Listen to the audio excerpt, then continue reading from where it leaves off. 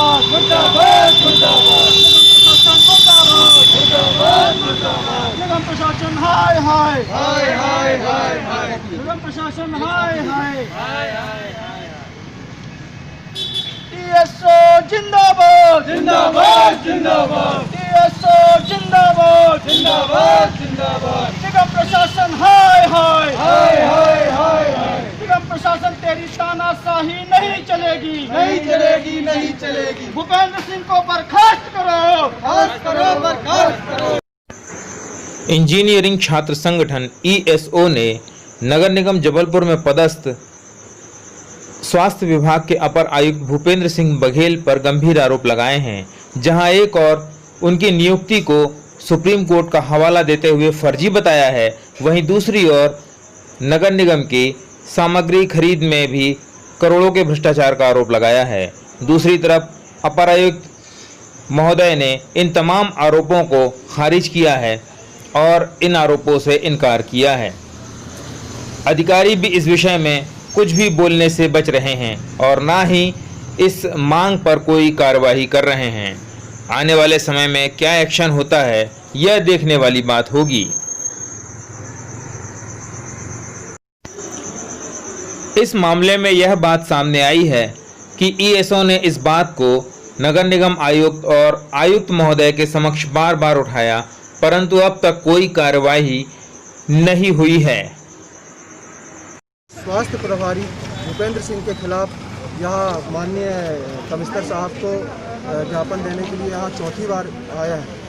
हम इसके पहले भी 3 बार आ चुके हैं, परंतु हमारे ज्ञापनों पे या हमारी समस्याओं पे बिल्कुल ध्यान नहीं दिया जा रहा है। इसीलिए आज हमने एक बड़ी संख्या में यहाँ पे उपस्थित होकर के ज्ञापन सौंपा है और माननीय कमिश्नर साहब ने आज हमसे मुलाकात भी की और हमें आश्वस्त किया है कि हम भूपेंद्र सिंह के खिलाफ कार्रवाई करेंगे। भूपेंद्र सिंह जो कि नगर निगम स्वास्थ्य प्रभारी है और उसका करोड़ों रुपए का घोटाला हम लोगों ने उसका पकड़ा है और उसको हमने माननीय कमिश्नर साहब के संज्ञान में दिया। हम चाहते हैं कि भूपेंद्र सिंह के खिलाफ कार्रवाई हो और माननीय सुप्रीम कोर्ट ने भूपेंद्र सिंह को फर्जी नियुक्ति करार देकर के उसे तत्काल प्रभाव से बर्खास्त करने का आदेश जारी किया, लेकिन मिलीजुली भगत के कारण पूरे अधिकारी एक दूसरे को सपोर्ट करते हुए भूपेंद्र सिंह को अभी तक जो है किसी भी कार्रवाई नहीं इसके ऊपर की गई है।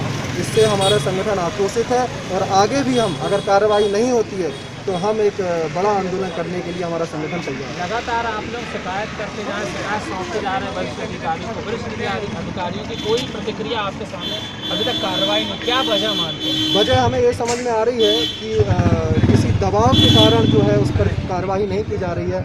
ऐसा लगता है हमारे संगठन को कि कोई बड़ा राजनेता भूपेंद्र सिंह के साथ है और प्रशासन का भी कोई बड़ा अधिकारी उनके साथ है।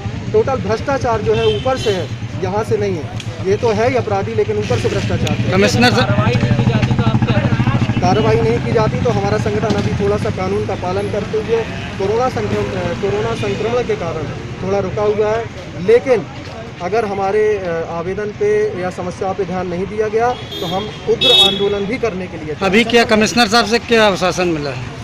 कमिश्नर साहब ने आश्वासित किया है हम लोगों को कि अभी भूपेंद्र सिंह का मामले को संज्ञान में लेकर के व्यक्तिगत रूप से उसमें कार्रवाई करने के लिए उन्होंने बोला है और अग्रिम हमें जो बोला है कि हम एक पत्राचार भी आपके साथ करेंगे। आप नाम बताइए। पवन देवर ईएस संगठन है, उसने आपकी नियुक्ति को सुप्रीम कोर्ट के हवाले से फर्जी बताया है। आपका इस विषय में क्या कहना है?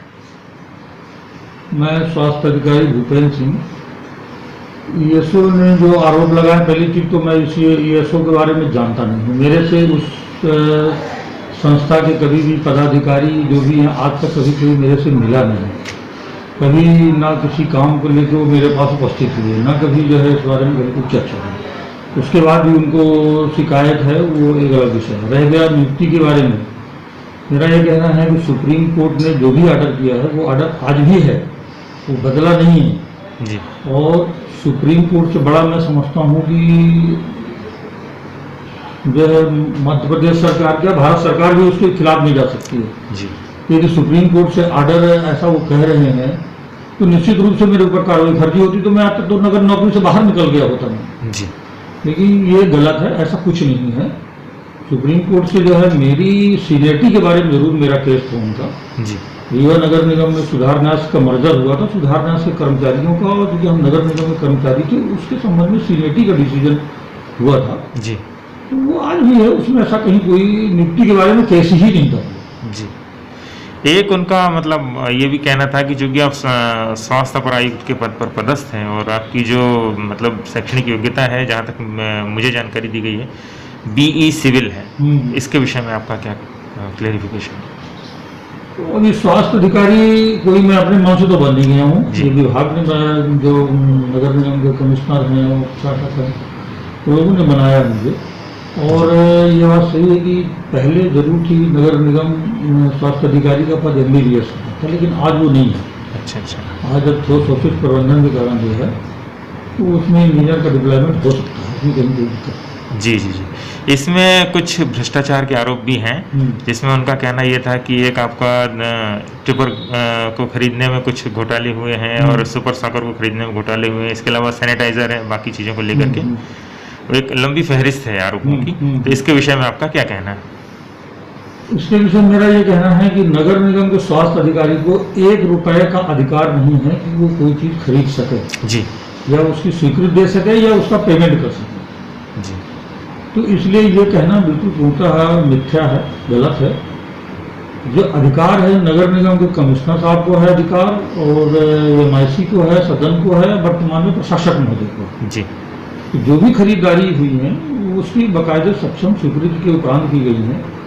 और कोई मेरे कह देने से ना MIC मानने वाली थी, ना प्रशासक भी मानने वाले थे, ना कमिश्नर मानने वाले थे कि 5 करोड़ खरीदारी साहब कर लो और हो जाती जी। जो सक्षम अधिकारियों ने जो आवश्यकता समझी थी उन्होंने वो खरीदारी करी। ये निश्चित रूप से है कि उसके बारे में जो है जो भी प्रक्रियाएं हैं उनका पालन मेरे द्वारा कराया गया। मतलब उसकी अनुशंसा आपके द्वारा की गई होगी? निश्चित रूप से यदि कमिश्नर साहब कहेंगे कि ये छोटी पर खरीदना है जी, तो प्रपोजल मेरे यहाँ तो बन के जाएगा, उसमें प्रपोजल आपके यहाँ से बन के जाएगा, उसमें कहीं जी कोई जी जी जी। इस प्रपोजल को भेजने और उसके संबंध में उनका आरोप यह है कि इसी में जो है कुछ उन्होंने लेन देन का मामला किया है। तो जब ओपन टेंडर हो रहा है जी, ओपन टेंडर में जो है पार्टियां आ रही हैं तो उसमें लेन देन का प्रश्न कहा, लेन देन को जो है तो यदि करना भी होगा तो जिसको सैंक्शन करने का पावर है जी। जो कोई पार्टी एंटरटेन करेगी भी तो मेरे को क्यों करेगी जी जब मेरे को कोई अधिकार ही नहीं है उसमें, जी। तो वो मेरे को क्यों करेगी? ठीक सर। ये कहना बिल्कुल गलत है जी और ये इंटेंशनली जो है हमें टारगेट किया जा रहा है। किस वजह से किया जा रहा है ये तो वही बता सकते हैं। जी जी जी। तो ये इस विषय में उनके द्वारा कई बार कमिश्नर महोदय को और आयुक्त महोदय को भी जो है ज्ञापन दिया गया है। जी। तो आपको नहीं लगता कि इस विषय में अगर वो आप सही है वो गलत है तो आप उनके खिलाफ कुछ एक्शन लेने के विषय में सोच रहे हैं? अब ये लेना चाहिए? आज के ज़माने में आरोप लगा देना बहुत सरल है जी और आरोप रोज लगाएंगे तो मैं नौकरी करूं, अपना काम करूं कि मैं अब जो है इसमें जी जी यदि मुझे कोई अलग से करना है तो मुझे व्यक्तिगत करना पड़ेगा। जी तो व्यक्तिगत जो है मेरे को जो तनख्वाह मिलती है मैं उससे अपना घर परिवार चलाऊं कि मैं जो है इन लोगों के पीछे जो है जी जी जी मेरे पास इतना समय तो नहीं है कि मैं अब इन लोगों के पीछे जो है तो जी जी।